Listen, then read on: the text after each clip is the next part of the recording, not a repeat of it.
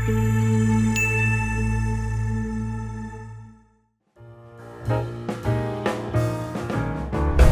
terima kasih kepada Bu Moderator. Saya juga mengucapkan terima kasih juga atas kesempatannya untuk bisa melaksanakan sharing sessions pada hari ini kepada Bapak Rektor, Prof. Surya Suharyadi, kemudian juga rekan-rekan pembicara, rekan-rekan yang sudah hadir, kepada Bu Desi Rawati sebagai dekan, dan juga Pak Alizar yang sudah berhubungan dengan Hilti untuk bisa memberikan tempat dan waktu kepada saya untuk bisa sharing ya terkait tema hari ini, yaitu penerapan teknologi angkur pasca cor pada bangunan gitu. Nah, mudah-mudahan di sini kita bisa saling bertukar pikiran dan juga mungkin sharing dengan teknologi-teknologi pengangkuran yang ada di dunia konstruksi saat ini. Baik, mungkin saya bisa share lanjut. Nah, sebelum kita masuk ke dalam materi, mungkin saya sedikit share mengenai Hilti. Hilti itu perusahaan seperti apa? Jadi Hilti adalah perusahaan manufaktur yang bergerak di bidang konstruksi, didirikan pada tahun 1941 di Schaan, Liechtenstein, di Eropa, dengan purpose dan komitmen. Jadi komitmen dari Hilti dan juga tujuan dari Hilti adalah making construction better, becoming best partner in productivity, safety, dan sustainability. Kemudian untuk pengembangan produk atau pengembangan solusi dalam bentuk R&D, research and development sendiri, kurang lebih company atau Hilti sendiri mengalokasikan 170 juta US dollar per tahun, di mana hampir setiap tahun kita mengeluarkan produk-produk baru atau solusi-solusi baru. Kemudian khusus mengenai pengangkuran atau teknologi fastening, Hilti sendiri memiliki teknologi ini atau mulai meneliti teknologi ini dari tahun 1980-an dan memiliki pengalaman lebih dari 40 tahun. Dalam kehidupan sehari-hari atau dalam keberjalanan operasi dari Hilti sendiri, kita menawarkan layanan teknis atau konsultasi dalam pemilihan, desain, manufacturing terkait angkur. Kemudian kita juga sangat open untuk bermitra dengan universitas atau institut terkait yang terkemuka untuk berkolaborasi dalam memajukan bidang konstruksi. Berikutnya untuk alur pembahasan materi, pertama kita akan sedikit refreshing dulu mengenai penggunaan angkur pada konstruksi bangunan, kemudian jenis dan tipe angkur secara umum, kemudian ada kriteria penting dalam pemilihan angkur pasca cor, kemudian bagaimana memasang angkur pasca cor dengan baik dan benar, dan terakhir bagaimana kita memastikan kualitas yang terpasang di lapangan.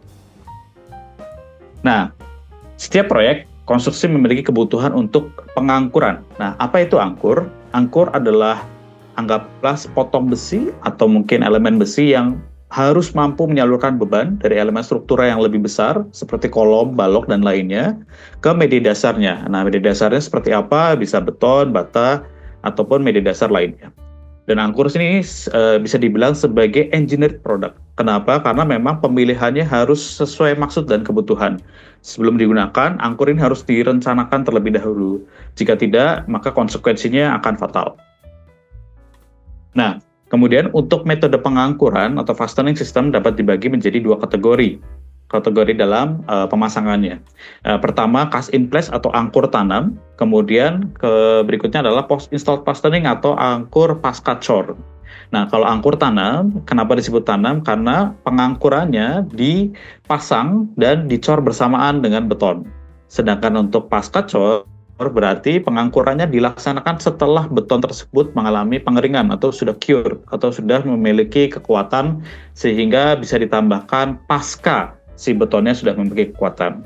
Nah, khusus mengenai yang angkur pasca cor sendiri sebenarnya juga masih bisa dibagi menjadi dua kategori. Satu yang menggunakan chemical atau lem, satu lagi yang sifatnya mechanical. Nah, di sini kita akan membahas lebih detail mengenai angkur pasca cor.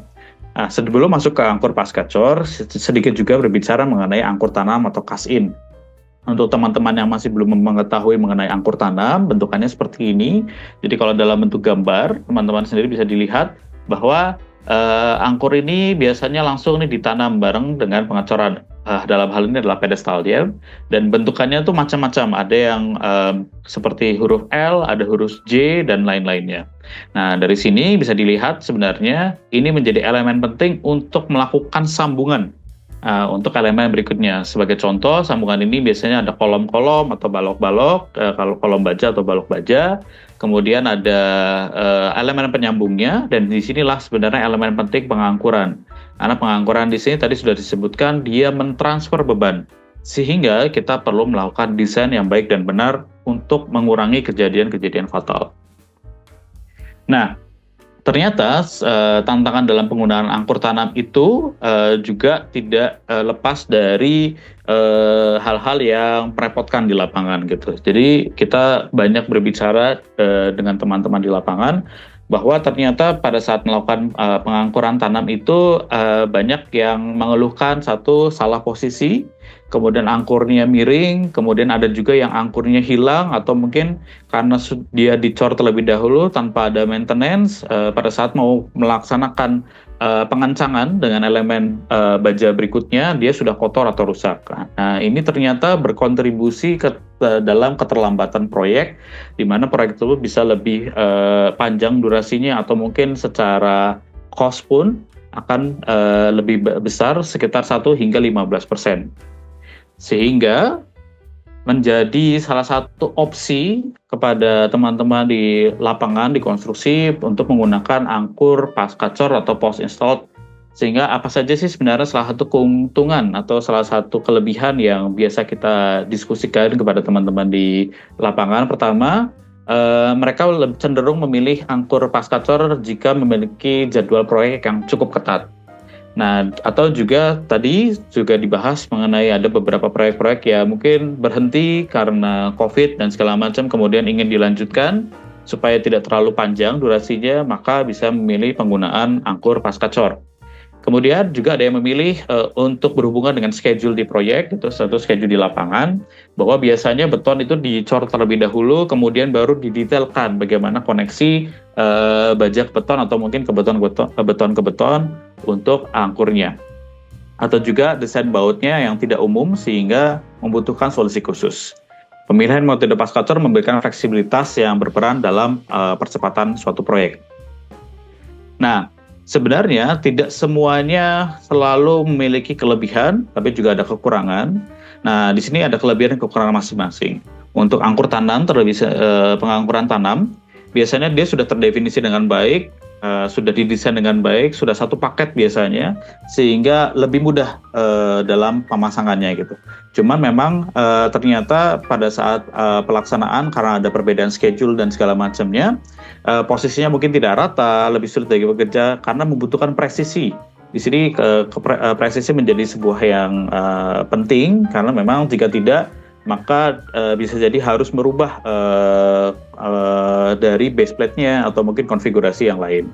Sedangkan untuk yang pasca-cor sendiri, dia sebenarnya tidak tergantung pada toleransi, kemudian platnya juga bisa rata, pekerjaan beton yang lebih cepat, namun sekali lagi karena ini adalah pasca, maka dibutuhkan pengeboran lebih lanjut atau pengeboran tambahan, dan yang salah satu yang sering kita temui adalah pada saat beton, misalnya beton atau kolom ataupun balok, biasanya mereka sudah memiliki tulangan. Nah, tulangan-tulangan yang di dalam itu memberikan kompleksitas karena kita tidak boleh mengenai tulangan-tulangan karena itu akan mempengaruhi kekuatan dari kolom atau balok yang akan digunakan. Jadi sebenarnya di sini ada trade-off, ada kelebihan dan kekurangan, sehingga dalam kelebihan kekurangan ini dibutuhkan kecermatan dalam pemilihan. Kita masuk ke jenis angkur pasca-cor, tadi sudah dijelaskan. Jadi ada yang berbentuk lem atau chemical, ada yang berbentuk baja batangan, atau mungkin kalau misalnya teman-teman di rumah biasanya kalau mau pasang ambalan atau memasang sesuatu di dinding, biasanya ketemu dengan yang kita sebut dengan angkur plastik gitu. Nah, mekanismenya seperti apa? Mekanismenya ada macam-macam. Jadi untuk angkur mekanis biasanya ada yang kita sebut dengan mekanisme friksi. Jadi memang beban tariknya disalurkan dari friksi selubung batang dengan base materialnya gitu. Ada juga yang kita sebut dengan keying atau dengan penguncian gitu. Jadi di ujung dari angkurnya itu ada sesuatu yang pada saat kita dikunci lewat atas terus kemudian dia mengembang. Kemudian ada yang disebut dengan bonding, ini penggunaan lem ya, ada lekatan adhesif, jadi lekatan dari angkur, kemudian juga ke lekatan menggunakan chemicalnya, dan kemudian dilekatkan juga ke base materialnya. Ada juga bonding dan friction, jadi memang campuran ya, jadi ada yang menggunakan chemical dan juga menggunakan friksi gitu. Jadi ini adalah bisa dibilang perbedaan dari masing-masing tipe angkur pascacor dari segi mekanisme kekuatannya atau mekanisme pengangkurannya. Nah, secara garis besar, kenapa dibedakan? Karena sebenarnya ada beberapa kelebihan dan keuntungan, sama seperti tadi pada saat kita membandingkan dengan angkur tanam. Untuk yang chemical atau menggunakan bahan kimia, lebih fleksibel kedalamannya, sedangkan untuk yang mechanical, dia dapat dibebani langsung. Memang dengan chemical, biasanya dia membutuhkan curing time. Jadi biasanya tergantung dengan materialnya, bisa range-nya antara 2 jam hingga 12 jam, itu tergantung dengan komposisi bahan kimianya. Kemudian untuk kelebihannya lagi untuk yang chemical, dia lebih kapasitas bebannya memang relatif lebih tinggi dibandingkan yang mechanical anchor. Untuk mechanical anchor sendiri, dia pada saat dipasang sudah bisa langsung dibebani karena memang tinggal dikecangkan, tapi secara kesulitannya adalah dia memiliki kedalaman tanam yang terbatas karena memang dia termanufaktur sudah seperti itu, jadi kedalamannya tidak bisa lebih gitu. Sedangkan untuk yang chemical, kedalamannya masih bisa di-adjust tergantung kebutuhan dari desain gitu. Nah, kemudian masuk ke dalam penggunaan angkur dan tipikal tipe angkur yang digunakan. Nah, ini digunakan di mana sih sebenarnya? Nah, ada banyak sebenarnya aplikasi penggunaannya gitu. Kalau misalnya kita berbicara untuk elemen arsitektur dan interior, lebih direkomendasikan untuk menggunakan yang mekanis karena memang tadi membutuhkan, biasanya kalau kita memasangnya itu di pelatnya memang tipis, jadi kita hanya membutuhkan angkur yang tidak terlalu panjang gitu. Bisa digunakan untuk gantungan ornamen, railing atau gantungan plafon. Nah, biasanya bentukannya seperti ini. Jadi ada mekanismenya seperti ini, teman-teman, dari video di sebelah kanan. Jadi setelah dipasang, nah di sini akan dikencangkan, dia memberikan pengangkuran. Kemudian kalau kita berbicara untuk yang lainnya, untuk instalasi mechanical, electrical, dan plumbing juga. Jadi kalau misalnya kita ada instalasi plumbing gitu, pasti mereka membutuhkan gantungan. Nah, gantungan itu bergantung kepada apa? Bergantung pada pengangkuran gitu. Sama juga untuk sifatnya di industri gitu, biasanya mereka punya sebuah jalur, cable tray atau jalur lain-lainnya, itu juga membutuhkan pengangkuran. Kemudian kalau kita berbicara yang berhubungan dengan proses konstruksi, biasanya pada saat proses konstruksi ada yang kita sebut dengan temporary support gitu. Apakah itu safety net, terus kemudian railing sementara, atau bahkan untuk bekisting. Nah, bekisting itu juga sebenarnya dia membutuhkan tahanan gitu. Nah, tahanan ini biasanya membutuhkan suatu solusi yang sifatnya tidak permanen, sehingga bisa dilepas pasang gitu. Nah, salah satu teknologinya adalah kita sebut dengan screw anchor. Nah, karena dia berbentuk seperti skrup ya, screw itu bisa dipasang kemudian dilepas kembali. Nah, memang ada semacam keausan dan segala macam, biasanya itu ada di data teknisnya. Berapa kali sih bisa digunakan, bagaimana cara mengecek dan segala macam. Intinya dari setiap jenis atau teknologi angkur pascacor itu menyesuaikan dengan kebutuhan yang ada di proyek. Jadi tidak menutup kemungkinan kalau misalnya teman-teman datang ke proyek melihat berbagai jenis angkur pascacor. Kemudian yang mungkin lebih terkenal, biasanya orang-orang mengenal angkur pascacor dengan angkur chemical gitu, karena memang sifatnya seperti lem. Ini adalah lekatan kimiawi gitu. Jadi ada yang disebut dengan microkeying, terus kemudian ada bonding gitu. Intinya adalah ada lekatan dari angkurnya, angkur dengan lekatan kimia ke angkur dan lekatan kimia ke betonnya gitu. Nah, jadi ilustrasinya seperti ini. Nah, terus kemudian bagaimana ini bisa digunakan? Biasanya seperti ini. Yang paling common adalah kalau kita memasang sesuatu yang kita sebut dengan konstruksi baja kepada beton.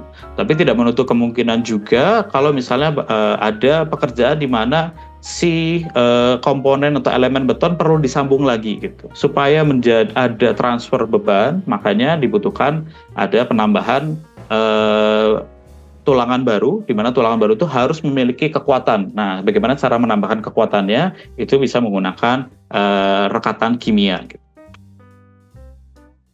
Nah, terus kemudian untuk gambarannya, nah seperti ini rekan-rekan sekalian untuk kolom dan baja, kanopi, dan juga biasanya kalau kita teman-teman di Jakarta melihat ada galian-galian, nah untuk menahan dinding-dindingnya itu biasanya butuh support structure gitu. Nah, itu biasanya kita perlu ada pengangkuran di sana untuk memastikan transfer bebannya itu juga terjadi. Nah, untuk yang sifatnya beton ke beton, nah ini biasanya kita temukan kalau misalnya ada, misalnya kita mau melakukan pembesaran kolom atau mau ada pembesaran dinding gitu. Karena pada saat dievaluasi ternyata dindingnya kurang besar sehingga kita bisa melakukan yang kita sebut dengan doweling gitu. Jadi ini perlu dilekatkan dan ini bisa dilekatkan dengan chemical anchor. Atau tadi kalau misalnya ada penambahan balok, misalnya baloknya kurang, nah perlu ada penambahan balok, bisa ditambahkan juga gitu. Intinya solusi ini adalah memastikan ada lekatan kepada elemen base material untuk base material yang baru. Nah, kenapa hal-hal seperti ini perlu didesain dengan benar? Karena memang sudah ada kejadian di mana pada saat penggunaan atau pemilihan angkur, jika tidak dilakukan dengan benar akan menimbulkan kerugian. Bahkan kerugiannya tidak hanya bersifat kerugian material, tapi juga bisa bersifat kerugian nyawa gitu. Ini di Boston ada tunnel, dan di tunnel itu ternyata dia pemasangannya tidak baik, sehingga pada saat ada lalu lintas, dia runtuh. Kemudian ini ada pemasangan kanopi ya di hotel di Shanghai. Pada saat dia beroperasi, kita melihat dia bisa jatuh gitu. Terus kemudian ada kolom yang sifatnya tercabut gitu. Kemudian bagaimana dengan di Indonesia? Ya di Indonesia kita juga menemukan hal seperti ini. Jadi kita melihat di sini ceritanya dia akan melakukan penyambungan dari kolom, kemudian mau ada roofing. Nah di roofing itu mau ditambahkan komponen baja. Pada saat mau melakukan konstruksi ternyata tidak kuat. Di sini menjadi alasan yang penting bagaimana kita harus melakukan desain yang baik sebelum melakukan instalasi yang baik juga. Nah, angkur perlu dirancang sesuai standar dan perlu dipasang dengan benar dan perlu dilakukan inspeksi berkala. Nah, apa saja yang harus diperhatikan dalam desain angkur? Nah, kalau kita berbicara mengenai desainnya, angkur itu kita harus tahu juga gaya apa saja yang terjadi pada pengangkuran. Pada umumnya terjadi gaya tarik dan juga gaya geser. Nah, di sini dilakukan semacam kategorisasi mengenai mode kegagalannya. Apa sih yang bisa terjadi kalau misalnya kita tarik atau pada saat kita berikan gaya geser gitu. Untuk kegagalan tarik itu bisa terjadi yang namanya kegagalan pada angkurnya. Jadi angkurnya putus. Kemudian kita bisa lihat juga untuk kegagalan yang terjadi di beton. Jadi betonnya dia tidak mampu memberikan kekuatan tahanan. Kemudian kita juga bisa lihat ada yang namanya kombinasi antara tahanan beton dan juga tahanan lekatan ya. Kemudian kita juga bisa melihat di sini ada yang namanya splitting. Jadi pada saat ditarik ternyata di bagian bawah dari si area betonnya itu juga bisa terjadi retakan gitu. Kemudian kalau kita berbicara mengenai gaya geser, hampir sama konsepnya. Jadi ada putus di angkurnya. Kemudian ada kegagalan pre-out itu seperti kegagalan di cungkil gitu. Jadi kalau misalnya teman-teman melihat pada saat mau melakukan pencabutan terhadap tanaman gitu, biasanya kan coba dicungkil, nah itu seperti itu. Kemudian ada juga kegagalan yang kita sebut dengan kegagalan tepi atau edge breakout. Jadi kalau misalnya posisi angkurnya terlalu tepi, tanpa memperhatikan hal-hal tersebut bisa melakukan kegagalan, dan juga kombinasi-kombinasi dari beberapa failure mode atau mode kegagalan yang terjadi untuk kegagalan geser maupun tarik. Nah, untuk hal ini sebenarnya sudah diatur di ACI 318 yang versi 14, atau mungkin kalau misalnya kita mau melihat di SNI kita, itu ada di SNI Beton, SNI 2847 tahun 2019, semuanya ada di bab 17 teman-teman gitu. Jadi hal-hal yang terjadi di sini kita lihat ada untuk yang gaya tarik dan juga gaya geser. Setelah kita melakukan pengecekan terkait gaya tarik dan gaya geser, itu semuanya bisa kita harus cek juga interaksinya, dan ini ada rumus-rumusnya. Nah, untuk lebih jelasnya itu ada di bab 17 di SNI 2847 tahun 2019. Nah, karena tadi banyak, apa saja sih sebenarnya yang bisa diperhatikan? Nah, kami melakukan semacam summary atau semacam harapannya adalah untuk mempermudah rekan-rekan di lapangan untuk bisa melakukan assessment, sehingga pada saat ingin menggunakan angkor pascacor, mereka sudah mengetahui apa saja yang harus diperhatikan. Pertama, kita harus tahu arah bebannya, kemudian tipe bebannya, apa itu beban geser, beban tarik, atau bahkan beban momen, besarnya seperti apa.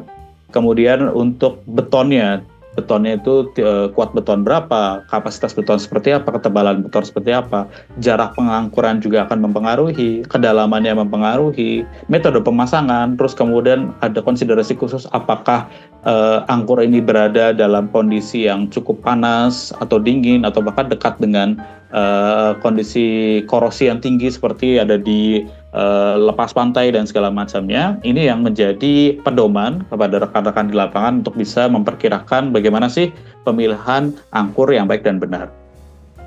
Nah, dalam prosedur desainnya, satu kita harus menentukan kebutuhan desainnya. Jadi kita harus memahami atau mengetahui beban tarik atau beban geser yang terjadi, dan kemudian kita bisa melakukan pemilihannya.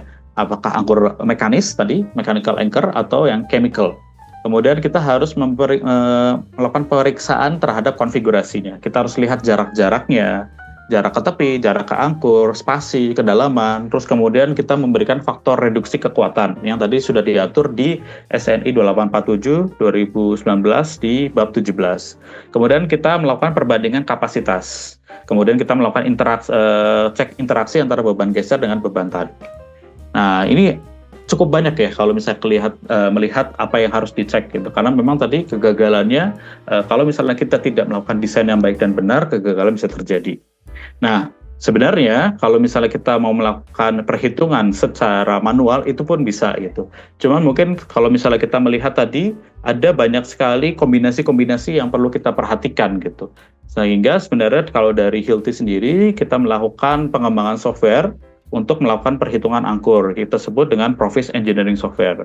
Nah, apa yang dimaksud dengan Provis Engineering Software ini sebenarnya adalah software yang digunakan oleh banyak profesional yang ada di dunia, yang intinya adalah bagaimana kita melakukan simplifikasi dalam proses desain. Nah, simplifikasinya adalah kalau misalnya kita berbicara mengenai desain tadi, hanya bergantung kepada perhitungan di Excel, kalau misalnya ada perubahan konfigurasi, itu harus diulang dari awal. Nah, itu yang berat dan cukup lama, sedangkan dari software ini kita memberikan kemudahan dalam penggunaannya, yang bisa memberikan 4 kali lebih cepat dalam perhitungan. Misalnya kita membutuhkan perhitungan dalam waktu 2 jam, ini hanya dalam waktu kurang dari 30 menit itu bisa diselesaikan. Gitu. Nah, bentukannya seperti apa? Nah, bentukannya seperti ini, teman-teman. Jadi ada gambar 3 dimensi, di sini bisa menentukan kira-kira, mungkin saya bisa sedikit zoom. Oke, nah di sini ya. Nah, kira-kira di sini jarak ke tepinya berapa, kemudian konfigurasi, dan juga kalau misalnya kita sudah tahu, oh nanti saya mau pakai beam IWF dengan konfigurasi 200 kali 150, itu juga bisa ditentukan gitu. Kemudian di sebelah kanan ini ada pengecekannya gitu. Apakah secara kegagalan terhadap angkur, baja angkurnya masih oke atau tidak, terhadap betonnya masih oke atau tidak gitu. Kemudian ini juga sama untuk beton ke beton pun bisa dilakukan pengecekan dengan desain metodenya. Kita mengikuti ACI 318, baik itu ACI versi terbaru ataupun ACI versi-versi sebelumnya.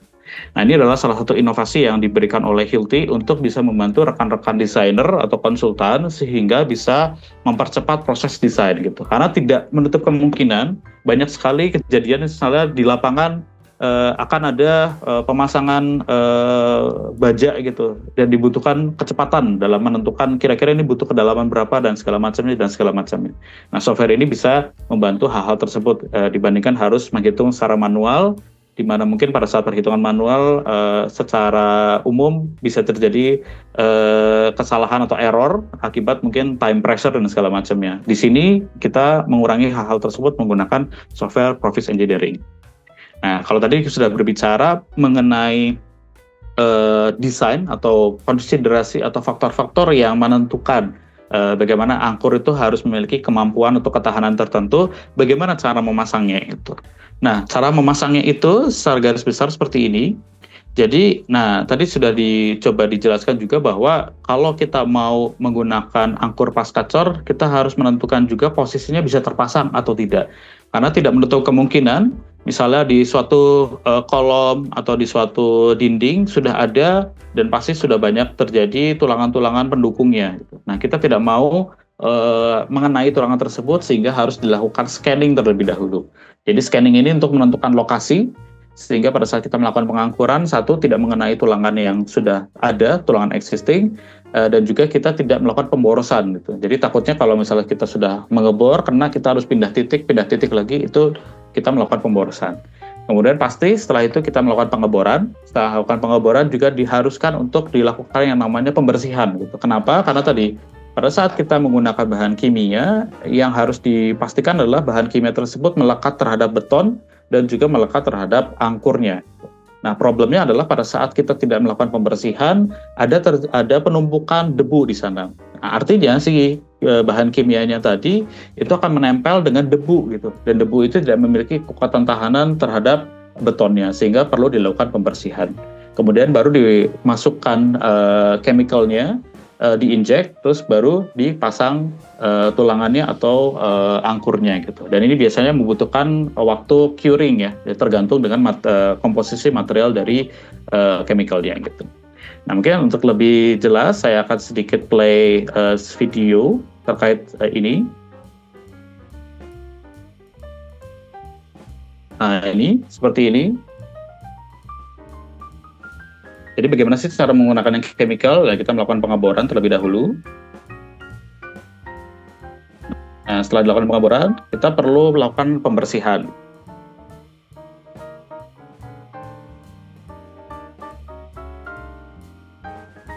Nah, biasanya kita melakukan pembersihan untuk dilakukan angin bertekanan, terus kemudian disikat. Ini dilakukan sampai 2 atau 3 kali sehingga bersih, baru dilakukan pemberian chemical. Nah, ini juga pemberian chemical ini tidak bisa sembarangan, jadi biasanya menggunakan alat khusus untuk memastikan pencampuran antara chemicalnya juga baik dan benar. Baru dilakukan insertion dari tulangan atau dari angkur. Itu untuk yang chemical. Bagaimana untuk yang mechanical? Oke, kita bisa lanjut sebentar. Nah, bagaimana untuk yang mekanis? Nah, untuk yang mekanis bisa dilihat di layar. Sama.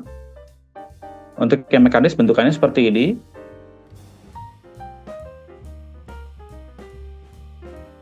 Jadi di sini akan dilihat satu sama, kita perlu melakukan pengeboran, terus kemudian perlu dilakukan yang namanya pengencangan. Nah, pengencangannya kalau dari Hilti kita ada alat khusus, tapi tidak menutup kemungkinan untuk menggunakan yang alat-alat tradisional. Nah, apa yang dimaksud dengan alat tradisional? Biasanya dipukul menggunakan palu. Nah, kalau untuk yang Hilti biasanya kita bisa ada alatnya khusus. Setelah dipukul, kemudian nanti akan dilakukan setting. Nah, di sini kalau misalnya di setting itu dia harus menggunakan kunci torsi ya, jadi untuk pengembangan di dalamnya itu. Nah, sedangkan untuk yang punyanya Hilti itu ada alat khusus yang sudah punya data mengenai berapa sih torsi yang harus dipasang gitu.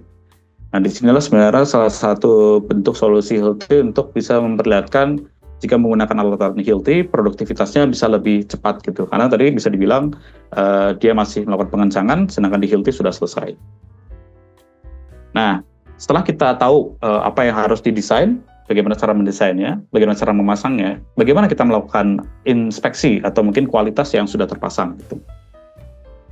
Nah, jadi sebenarnya di sini juga sudah diatur ya di SNI atau di SCA 318 bahwa pemasangan angkur harus diinspeksi, dan di sini harus dilakukan yang namanya proof loading, di mana disyaratkan berdasarkan data-data kualifikasi. Gitu. Nah, ini adalah mekanisme tes tarik atau tes geser, di mana biasanya dilakukan di single anchor untuk memastikan kualitas pemasangan angkur di lapangan. Nah, problem yang kita temui di lapangan adalah biasanya jika tidak diawasi dengan benar, misalnya tadi chemical dia hanya diolesi saja di bagian permukaan, gitu, atau mungkin dicampurkan dengan material yang lain. Nah, itu sangat-sangat tidak dianjurkan dan tidak direkomendasikan, sehingga penggunaan yang namanya on-site testing ini menjadi salah satu bentuk pengecekan kualitas yang ada di lapangan. Namun, pengecekan kualitas di lapangan ini tidak dapat digunakan untuk penentuan kekuatan. Ada juga penyalahgunaan. Jadi ada yang menganggap bahwa pada saat sudah dites, dia bisa lebih besar dari kapasitas desainnya, dianggap, oh itu bisa. Padahal kita harus ingat juga bahwa kapasitas desain tersebut sudah memiliki safety factor. Sama tadi dengan pemaparan dari Prof. Juni juga ada safety factor ya. Jadi jangan lupa safety factor ini perlu, karena kita tidak tahu kedepannya akan terjadi beban-beban mungkin lebih besar. Nah, safety factor itu yang bisa memberikan semacam peace of mind ya untuk kejadian-kejadian yang tidak diinginkan. Nah, jadi kita sudah belajar ya bahwa di sini secara garis besar bahwa untuk penggunaan angkur pasca cor kita perlu memastikan satu bagaimana ketahanannya. Jadi kita harus misalnya melakukan desain terhadap kapasitasnya, kemudian instalasi yang baik dan benar. Kemudian bagaimana kita bisa memastikan kualitas pengerjaannya dengan inspeksi berkala atau on-site testing gitu. Jadi mungkin sekian dari saya mengenai pemaparan materi mengenai teknologi pengangkuran pasca cor atau penerapan teknologi pengangkuran pasca cor pada bangunan. Terima kasih, saya kembalikan kepada moderator.